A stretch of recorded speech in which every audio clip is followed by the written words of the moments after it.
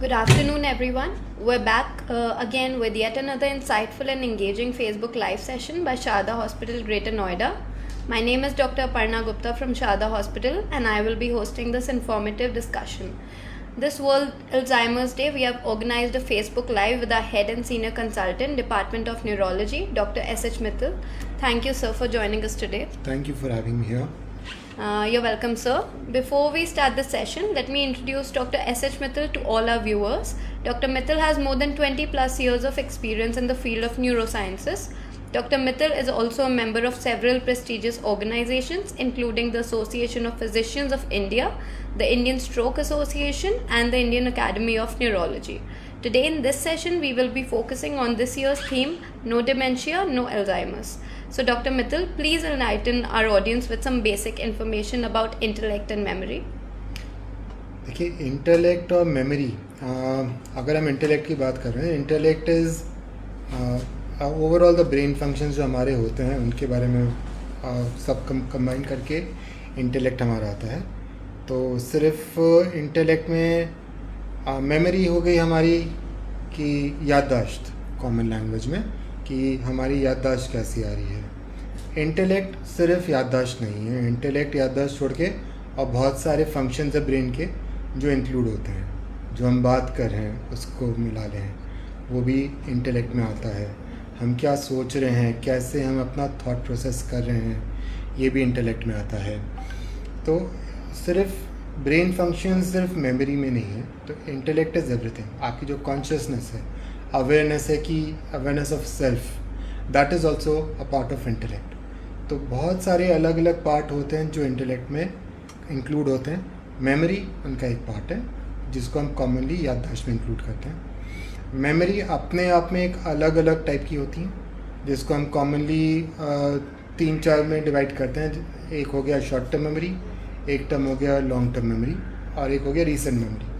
तो जो इमीडिएट या शॉर्ट टर्म मेमोरी है वो हम इमीडिएट चीज़ों के लिए यूज़ करते हैं कि मुझे कोई चीज़ याद रखनी है for a couple of seconds ताकि मैं उससे अपना अगला डिसीजन ले सकूं. तो वो हमारा हो गया इमीडिएट मेमोरी.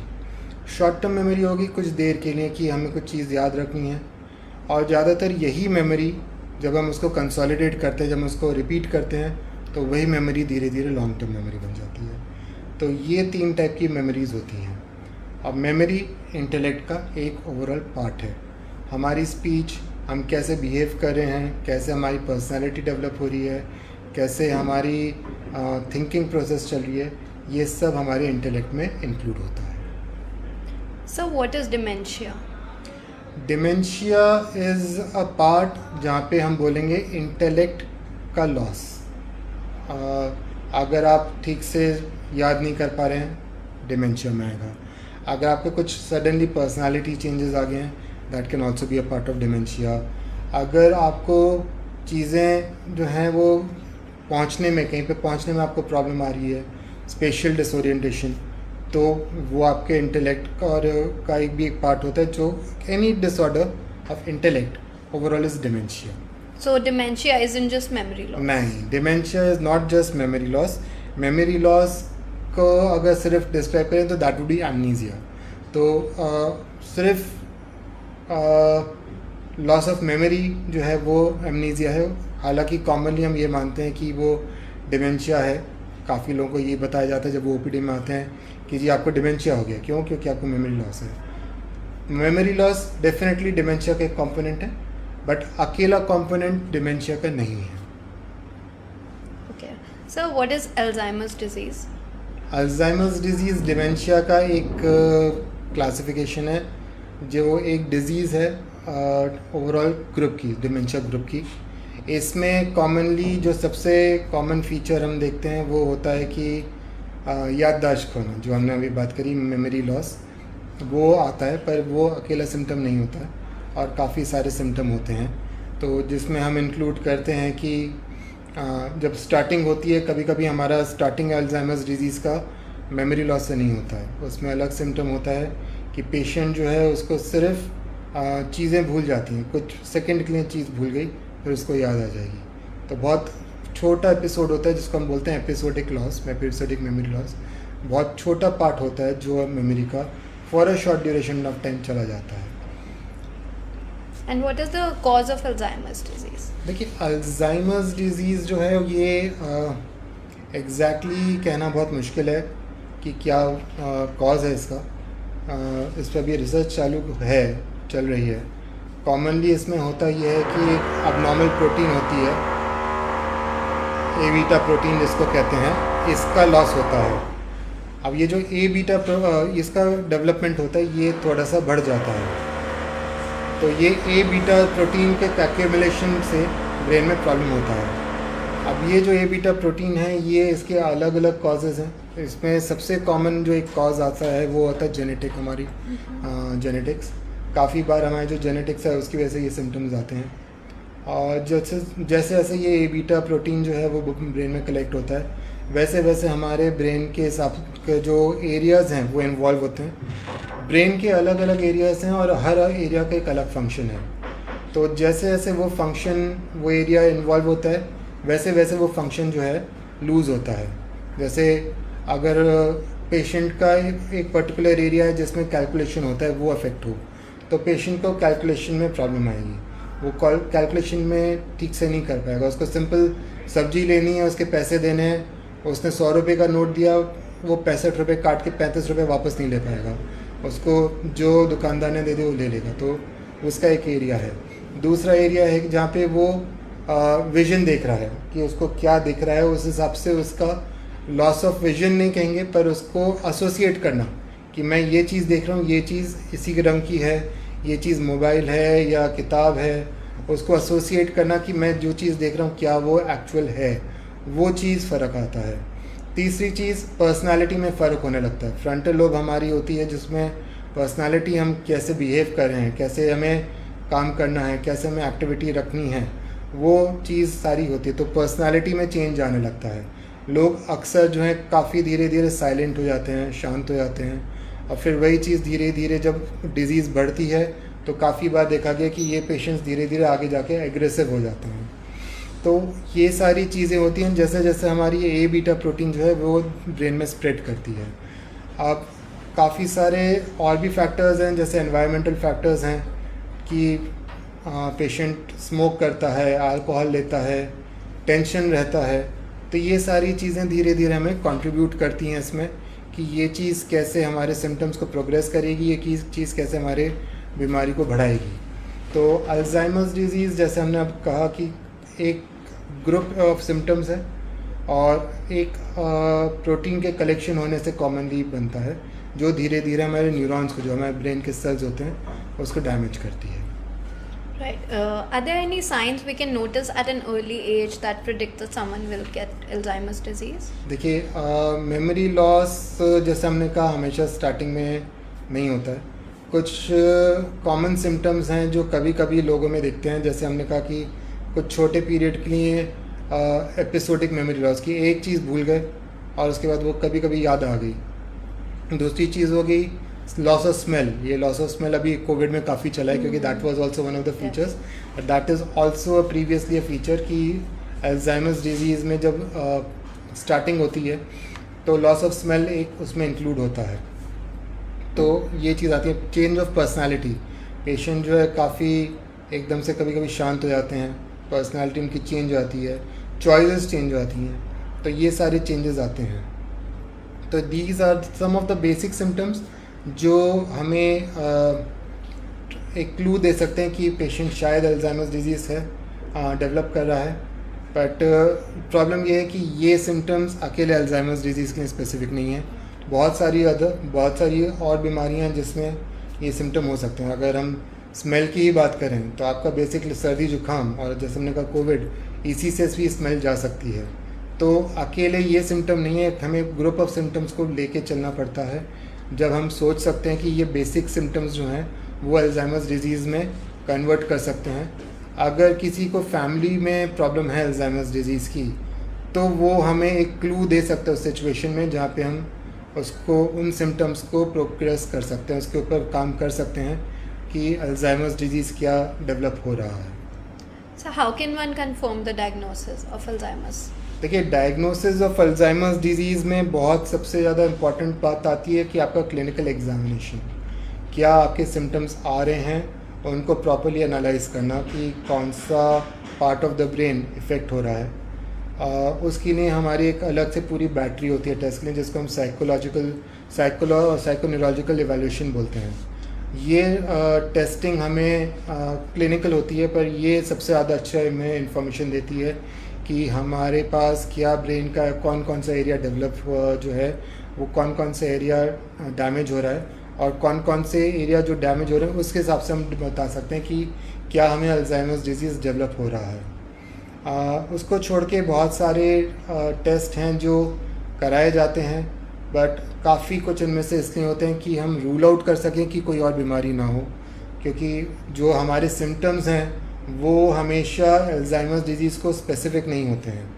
अगर हम देखें, कॉमन फीचर है, आप गाड़ी चला के घर जा रहे हैं, आपको रास्ता याद है, आप क्रॉस करते समय कम से कम 50 गाड़ी देखते हैं, पर आपको एक भी गाड़ी याद नहीं होगी अगर आप उसको 5-10 मिनट बाद सोचें। इसका मतलब ये नहीं है कि आपको अल्जाइमर्स डिजीज़ होगी, आपकी याददाश्त खराब है। आप उस समय उन चीज़ों को देख रहे हैं, आप उस हिसाब से कार चला रहे हैं, कार को अवॉइड कर रहे हैं, अपनी गाड़ी बचा रहे हैं, अपनी स्पीड उस हिसाब से वैल्यूएट कर रहे हैं कि सामने वाला किस हिसाब से चला रहा है, बट उसके बाद उसकी इंपॉर्टेंस ख़त्म हो जाती है, तो आप उसको याद नहीं रखते। तो ये हर मेमोरी लॉस, हर चीज़ जो आप भूल जाते हैं वो मेमोरी लॉस नहीं है। तो ये चीज़ हमें वैल्यूएट करनी होती है क्लिनिकली कि क्या हुआ है।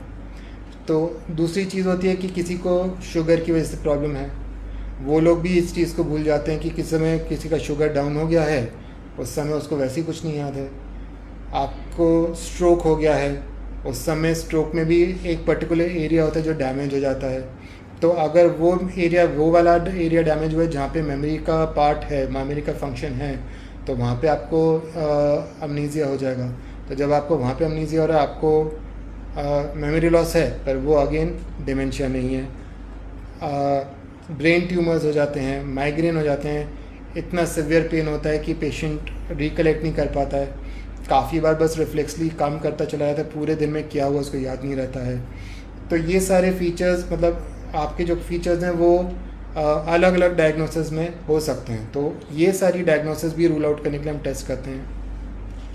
ब्रेन का इन्वॉल्वमेंट है, ब्रेन धीरे धीरे अल्जाइमर्स डिजीज़ में श्रिंक करने लगता है, तो ये करने के लिए हम लोग अक्सर जो है MRI कराते हैं।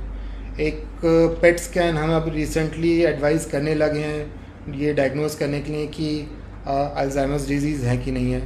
बाकी इनको छोड़ के ये जो कॉमनली अवेलेबल टेस्ट हैं हमारे पास, बट इसको छोड़ के काफ़ी सारे और टेस्ट आ रहे हैं अब, जो बायोमार्कर्स हैं जो हम CSF से या सीरम से इवैल्यूएट करने की कोशिश कर रहे हैं, पर अभी भी इनका कोई क्लिनिकल या एग्जैक्ट डायग्नोसिस में बहुत कंट्रीब्यूशन होना अभी इसमें थोड़ा सा वक्त है।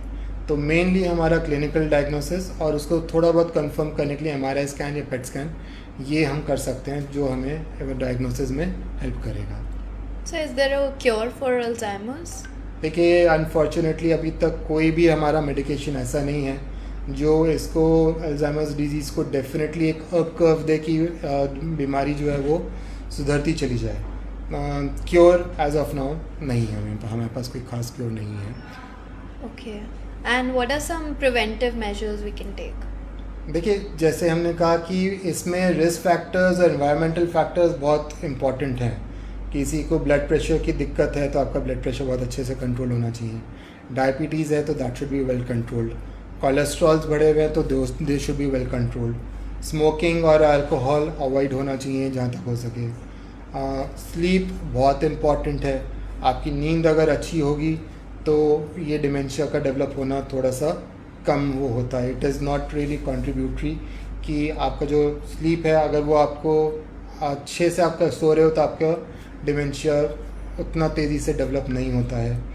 इसको छोड़ के और भी बहुत सारी चीज़ें हैं। डाइट आप क्या ले रहे हो, एक जो सो कॉल्ड अमेरिकन डाइट है, पिज़्ज़ास, बर्गर्स, ये अवॉइड करना चाहिए।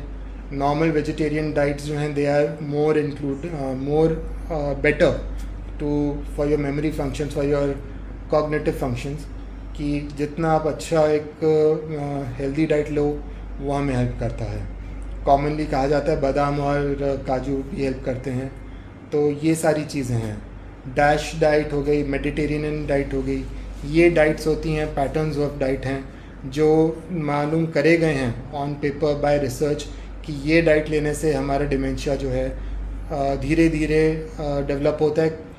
इनिशियल फेजेस में रिवर्सल भी देखा गया है कि माइल्ड अगर डिमेंशिया है तो उसमें मेडिटेरियन डाइट फॉलो करने से डिमेंशिया रिवर्स हो सकता है। एक्सरसाइजेज भी बहुत इम्पॉर्टेंट हैं, चाहे हम वो फिज़िकल एक्सरसाइज की बात करें या मेंटल एक्सरसाइज की बात करें, दोनों ही एक्सरसाइजेज बहुत इम्पॉर्टेंट हैं। मेंटल एक्सरसाइजेज हो गए, स्पेशली रीडिंग, और जो हमारे गेम्स आते हैं, सुडोकू हो गया, क्रॉसवर्ड हो गए, ये सब सॉल्व करने से हमारा मेमोरी कंपोनेंट एक अच्छा रहता है, हमारा इंटेलेक्चुअल कंटेंट एक अच्छा बना रहता है। तो ये चीज़ हमें डेफिनेटली हेल्प करती है। फिज़िकल एक्सरसाइज अपने आप में बहुत हेल्प करती है हमें डेवलप करने में। दूसरी चीज़ आती है फिज़िकल एक्सरसाइज की, अगर बात करें कि जैसे जैसे डिमेंशिया बढ़ता है अक्सर बाकी फीचर्स आते हैं, जैसे कुछ लोगों के हाथ कांपने लगते हैं, चलने में दिक्कत होने लगती है। तो ये चीज़ अगर हम अपनी फ़िज़िकल एक्सरसाइज रखते हैं तो इस टाइप के सिम्टम्स भी हमारे अच्छे से कंट्रोल हो सकते हैं। So is it a genetic disease? Alzheimer's disease में जेनेटिक्स इन्वॉल्व है। दो टाइप के अल्जाइमर्स डिजीज़ कॉमनली माने जाते हैं। एक होता है लेट ऑनसेट अल्जाइमर्स डिजीज़, जो to a large extent sporadic माना जाता है कि एक बंदे को स्टार्टिंग हो गई अल्जाइमर्स डिजीज़ की, और दूसरी होती है शॉर्ट टर्म अल्जाइमर्स डिजीज़, जो commonly early onset Alzheimer's disease जो कॉमनली जेनेटिक होती है। तो ये अर्ली ऑनसेट अल्जाइमर्स डिजीज़ का जो ऑनसेट है वो भी ज़्यादा जल्दी होता है। जो हमारी लेट ऑनसेट अल्जाइमर्स डिजीज़ है उसका ऑनसेट यूजली 60 ईयर्स के बाद होता है। Early onset Alzheimer's disease almost 40 years के बाद भी स्टार्ट हो सकता है। तो ये अल्जाइमर्स डिजीज़ जो अर्ली ऑनसेट है ये जेनेटिक होने के चांसेस ज़्यादा होते हैं, बट ऐसा नहीं है कि लेट ऑनसेट में हमें जेनेटिक्स में प्रॉब्लम नहीं मिल सकती, हमें वहाँ पे भी मिलते हैं symptoms. So is Alzheimer's fatal? Alzheimer's disease में डेफिनेटली लाइफ स्पैन थोड़ा सा कम होता है, ऑलमोस्ट 4 to 5 ईयर्स से लाइफ स्पैन कम हो सकता है। Okay. So what are the facilities and treatments available for Alzheimer's at Sharda Hospital? देखिए, अल्जाइमर्स में to a large extent supportive care बहुत इंपॉर्टेंट है, फिजियोथेरेपी इंपॉर्टेंट है, न्यूरोलॉजिस्ट इज़ इम्पॉर्टेंट, और जैसे हमने कहा जो टेस्टिंग है वो MRI वगैरह इम्पॉर्टेंट होती है। तो वो कुछ चीज़ें हैं जहाँ पे हम आपकी हेल्प कर सकते हैं। प्लस कुछ मेडिकेशंस डेफिनेटली क्योर नहीं है, but there are some medications that will help us to at least hold the Alzheimer's dementia for some time, but definitely उसके बावजूद डिजीज़ प्रोग्रेस कर सकती है। And so what kind of physical activities would you recommend? देखिए, physical and mental activities दोनों ही important हैं। हमने जैसे कहा कि रीडिंग है, सुडोकू हैं, क्रॉसवर्ड हो गए, तो mental activities are important, and physical activities daily एक आपका half an hour to 1 hour का वॉकिंग पीरियड ज़रूरी है, दैट शुड बी डन। आपकी जो कोऑर्डिनेशन एक्सरसाइजेज हैं वो आपके रेगुलर मेंटेन करनी चाहिए। तो यस, डेफिनेटली एक्टिविटी होना डेफिनेटली अल्जाइमर्स डिजीज़ को हेल्प करता है। So basically a healthy lifestyle can help us avoid yes, Alzheimer's. Absolutely healthy lifestyle, जैसे हमने कहा डाइट अपने आप में अच्छी होनी चाहिए, एक्सरसाइज अपने आप में अच्छा होना चाहिए, living a healthy lifestyle will definitely help at least delay the Alzheimer's disease if not avoid it. So what are some other diseases that can cause dementia? देखिए, जैसे हमने कहा डिमेंशिया पहले तो अकेला मेमोरी लॉस नहीं है, बहुत सारे और कंडीशन सिम्टम होते हैं उसमें। वैसे ही डिमेंशिया में और बीमारियां भी होती हैं। अल्जाइमर्स डिजीज़ सिर्फ एक डिमेंशिया का बीमारी है जो एक टाइप ऑफ डिमेंशिया है, और बहुत सारे टाइप हैं, जैसे फ्रंटो टेम्पोरल डिमेंशिया है, डिमेंशिया विद ल्यूई बॉडीज़ हैं, तो मिनिमम कॉग्निटिव इम्पेयरमेंट है। काफ़ी अलग अलग टाइप के और डिमेंशियाज होते हैं, और हर एक का फीचर थोड़ा बहुत अलग होता है, और फॉर्चुनेटली और अनफॉर्चुनेटली अक्सर ये जो सिम्टम्स हैं ये मिक्स कर जाते हैं। जैसे अल्जाइमर्स डिजीज़ का एक वेरिएंट होता है जिसको हम बिहेवियरल वेरिएंट बोलते हैं। इसमें मेमोरी लॉस इतना ज़्यादा नहीं होता जितना सडनली पेशेंट का बिहेवियर चेंज हो जाता है। That is the more dominant feature, कि एकदम से धीरे धीरे पेशेंट का जो बिहेवियर है वो धीरे धीरे प्रोग्रेस करता चला आता है, चेंज होता जाता है। एक जो बंदा बहुत एक्टिव हो वो एकदम से बड़ा पैसिव सा हो जाता है, और वाइस वर्सा कि एक शांत बंदा एकदम से बहुत एग्रेसिव होने लगता है। चॉइसेस बदल जाती हैं कि खाना किसी को बहुत कुछ पर्टिकुलर फूड आइटम पसंद है, वो उसको छोड़ के कुछ और ही खाने लगता है, या उसका चॉइस ऑफ फ्लेवर ख़त्म हो जाता है कि आप कुछ भी दे दो खा लेगा। तो ये इस टाइप के फीचर्स आने लगते हैं अक्सर frontal variation of Alzheimer's disease में। पर इसी टाइप के फीचर्स आते हैं हमारे फ्रंटो टेम्पोरल डिमेंशिया में, जो हमारा सेकेंड मोस्ट कॉमन ग्रुप है डिमेंशिया का। तो ये अलग अलग टाइप के हैं। उसी तरह से अल्जाइमर्स डिजीज़ का एक वेरिएंट होता है जो अफेजिया ज़्यादा करता है। अफेजिया में होता है कि पेशेंट को धीरे धीरे बोलना कम हो जाता है, वो धीरे धीरे एक्सप्रेस करना कम कर देता है अपने आप को। अब अगर हम कॉमनली देखें तो ये aphasia is more commonly a part of stroke, तो ये चीज़ हमें डिफ्रेंशिएट करनी पड़ती है। तीसरी चीज़ होती है कि जैसे अल्जाइमर्स डिजीज़ बढ़ती है, लोग धीरे धीरे डिलीरियस हो जाते हैं, एंग्जाइटी होने लगती है, बड़बड़ाना चालू कर देते हैं, चीज़ें नज़र आने लगती हैं, सुनाई देने लगती हैं, कोई होता नहीं है वहाँ पे, पर उनको लगेगा वहाँ पे कोई खड़ा है, कोई कुछ नहीं बोल रहा, पर उनको सुनाई देगा कि कोई मुझे बाहर बुला रहा है। तो ये इस टाइप के हेल्यूसिनेशंस वगैरह होते हैं। अब ये कॉमनली अल्जाइमर्स डिजीज़ में लेट स्टेज में मिल सकते हैं। अगर हम देखें तो ये हेल्यूसिनेशन और इल्यूजन जो है डिमेंशिया विद लुई बॉडीज़ जिसको कहते हैं, इस टाइप की कंडीशन में बड़े कॉमन फीचर हैं जो हमारे पास अल्जाइमर्स डिजीज़ में लेट मिलते हैं। तो सिम्टम कैसे डेवलप कर रहा है वो बहुत इंपॉर्टेंट होता है। बट येस, डेफिनेटली डिमेंशिया में और भी तरीके की बीमारियां हैं, Alzheimer's is just one of them. कैसे हमें उनको डिफ्रेंशिएट करना है, उसके लिए प्रॉपरली हमें पेशेंट को ऑब्जर्व करके उसकी हिस्ट्री लेनी पड़ती है कि कैसे सिम्टम डेवलप हुए, क्या क्या सिम्टम्स हैं, क्या क्या सिम्टम का कॉम्प्लेक्स है, वो सब हमें लेना पड़ता है। जैसे हमने कहा पेट स्कैन और MRI, इसमें भी हमें फ़र्क मिलता है, क्योंकि अलग अलग डिजीज़ में, चाहे वो फ्रंटो टेम्पोरल डिमेंशिया हो या हमारा अल्जाइमर्स डिजीज़ हो, different kind of areas involve होते हैं। तो हमारा पेट स्कैन और MRI एक तो ये पकड़ सकता है कि कौन सी किस टाइप की हमारी प्रोटीन एक्यूमुलेट हो रही है ब्रेन में, और कौन सा ब्रेन का हिस्सा डैमेज हो रहा है। तो ये दोनों चीज़ें हमें थोड़ा सा गाइडेंस दे सकती है एक्स्ट्रा कि हम किस टाइप का डिमेंशिया डेवलप कर रहे हैं। Right. Thank you, Dr. Mittal, for sharing this information with us. We hope our viewers enjoyed this session. Let's open the platform for some questions from our audience.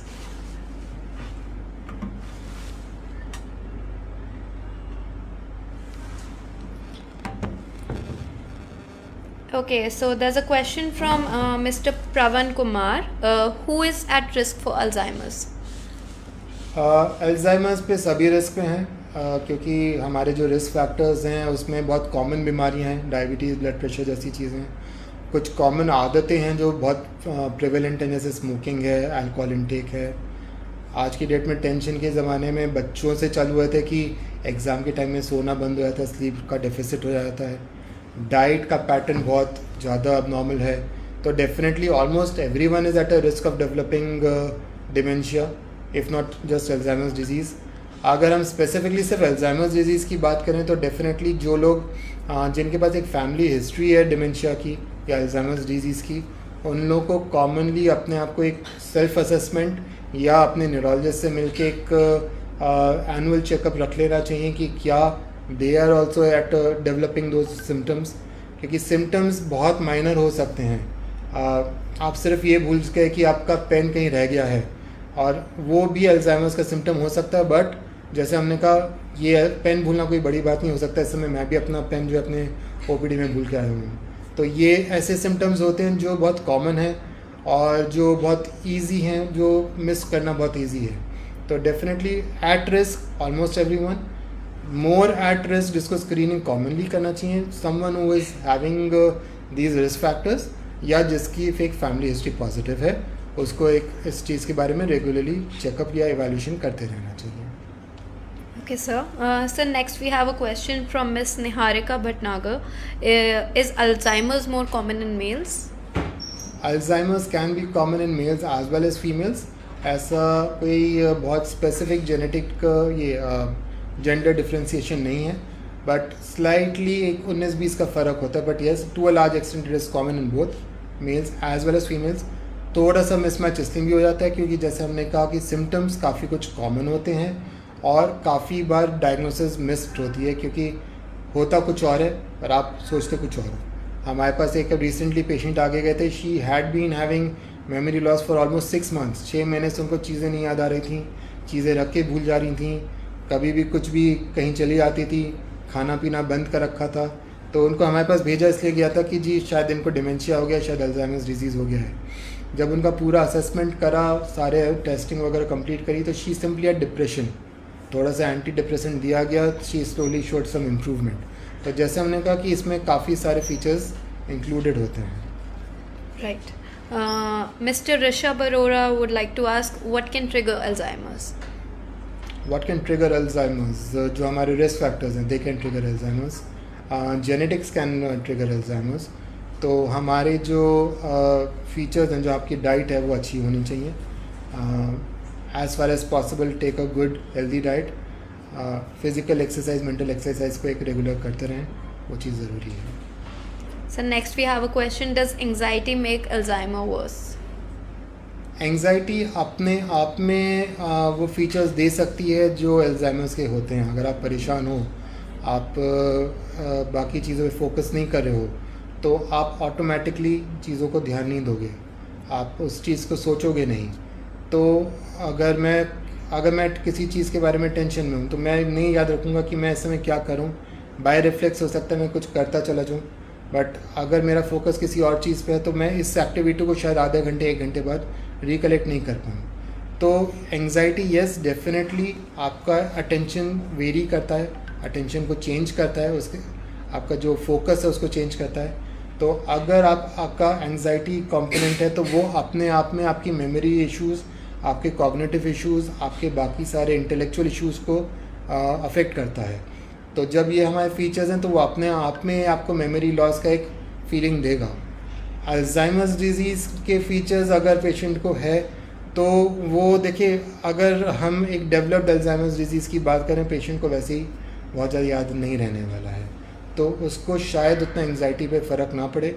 But yes, initial components में, mild phases में, anxiety में definitely वो symptoms progress कर सकते हैं। तो and like I said कि anxiety बिना अल्जाइमर्स के भी फीचर्स दे सकता है, सिम्टम्स दे सकता है। Right. So why is Alzheimer's more common in older people?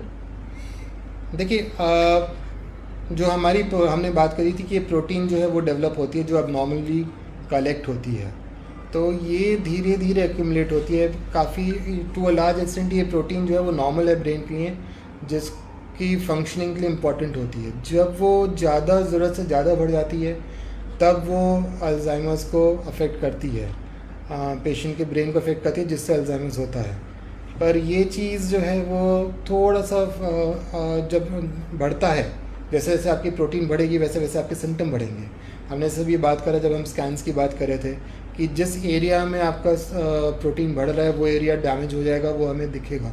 तो जैसे जैसे वो प्रोग्रेस होगा, जैसे जैसे वो प्रोटीन डेवलप होगी, एक्स्ट्रा बढ़ेगी, वैसे वैसे हमारा ब्रेन ज़्यादा अब नॉर्मल होता चला जाएगा। तो मे बी द सिम्टम जो हम देख रहे हैं onset, that is at one age. Onset हो सकता है उससे काफ़ी पहले हो।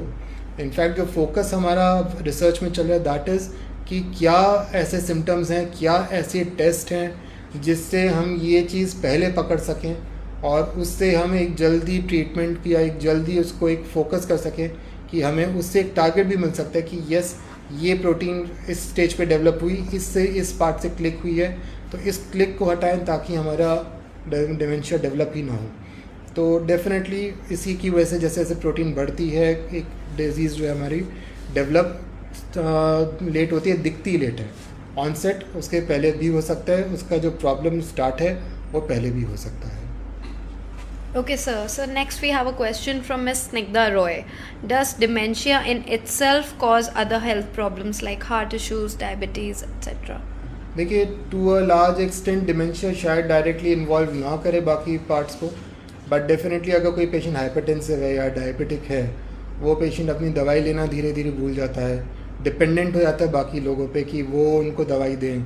तो वो चीज़, अगर आप अपनी शुगर की दवाई नहीं ले रहे हो रेगुलरली, तो शुगर अपने आप में एक बीमारी है जो सारी नर्व्स को, सारे बॉडी ऑर्गन्स को अफेक्ट कर सकती है। तो डेफिनेटली वो चीज़ आपको प्रॉब्लम करती है। सेकेंड चीज़ है कि आपके काफ़ी सारे जो बॉडी फंक्शन है to a large extent nervous system से कंट्रोल्ड हैं। तो मैं ये नहीं कहूँगा कि उसकी वजह से, अल्जाइमर्स की वजह से वो चीज़ बॉडी के फंक्शंस अब नॉर्मल हो जाते हैं, बट डेफिनेटली कहीं ना कहीं जहाँ पे आपका नर्वस सिस्टम इन्वॉल्व है, आपके ऑटोनॉमिक फीचर्स आते हैं, वहाँ पे वो चीज़ आपको प्रॉब्लम दे सकती है. Next, we have a question from Miss Shuchi Kashyap. Can Alzheimer's be caused by emotional trauma? Emotional trauma definitely एक ट्रिगर है.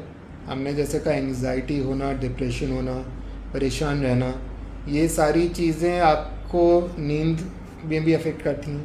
तो डायरेक्टली इमोशनल ट्रॉमा आपको इन्वॉल्व करेगा डिमेंशिया में. जब आप सो नहीं रहे हो वो भी इन्वॉल्व करेगा. इमोशनल ट्रॉमा, एंग्जाइटी, डिप्रेशन जो है, इससे हाइपरटेंशन हो सकता है, वो अपना एक ट्रिगर बन जाता है. इसी से इमोशनल ट्रिगर अगर प्रोलॉन्ग्ड है, that is known to trigger diabetes, वो अपने आप में एक डिमेंशिया का ट्रिगर है. तो येस, डेफिनेटली अगर आपका इमोशनल ट्रॉमा है, अगर आप एंग्जाइटी है, तो वो सारे फीचर्स आपको डिमेंशिया में पुश कर सकते हैं. So, what's the youngest stage that we can expect Alzheimer's to start? Even early onset. जो यंग ऑनसेट या अर्ली ऑनसेट अल्जाइमर्स डिजीज़ है, वो typically by book 35 to 40 years of age पे स्टार्ट हो सकता है. Alright. And what is the probability for a person who has no family history of Alzheimer's to get the disease? Probability of developing Alzheimer's disease is a good one. अगर आपके पास जो risk factors हैं वो आप उसको control नहीं कर रहे हो, डेफिनेटली आपको फ़र्क दिखता है. अगर आपका ये सिम्टम्स हैं, आप अगर नॉर्मली भी ट्राई करें, जो पेशेंट्स हैं, जो लोग हमारे वेट लॉस करते हैं या जो हमारे डायबिटिक्स हैं, जो हमारा बेटर कंट्रोल होता है, जो अच्छा कंट्रोल होता है, उतना अच्छा कंट्रोल नहीं होता. या कुछ लोग होते हैं जिनका कोलेस्ट्रॉल बहुत बढ़ा हुआ होता है. वी सी द डिफरेंस कि आपके जो रिस्क फैक्टर्स हैं वो अगर अच्छे से कंट्रोल हैं, we see the difference in the memory component and the other intellectual functions, जो हमारे अनकंट्रोल रिस्क फैक्टर्स में उतना अच्छे से नहीं दिखता है. तो डेफिनेटली रिस्क फैक्टर्स आपको अगर आपके हैं कंट्रोल में तो वो बहुत ज़रूरी है. So, are there any supplements that people can use to reduce these symptoms? Reduce the symptoms पे तो मैं नहीं कहूँगा कि it might not help, but vitamin C और विटामिन बी का जो हमारा सप्लीमेंटेशन है, डेफिशिएंसी एटलीस्ट नहीं होनी चाहिए. विटामिन सी और विटामिन बी दोनों की deficiency has been seen to trigger dementia.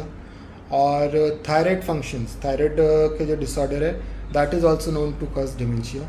तो ये 2-4 चीज़ें हैं जो हमें सप्लीमेंट लेवल पे या मेडिकेशन लेवल पे we can have a look at it, कि ये लेने से कुछ इम्पोर्टेंट हमें बेनिफिट मिल सकता है. Vitamin E is also known to help, कि जब आप अगर एक रेगुलर डिमेंशिया के ट्रीटमेंट में भी हम अक्सर विटामिन ई प्रिस्क्राइब करते हैं. Thank you, sir. I think all our audience questions were answered today. It was a fruitful discussion. We'll be stay tuned for such live sessions. We'll be back. Thank you. Thank you. Thank you, sir. Thank you.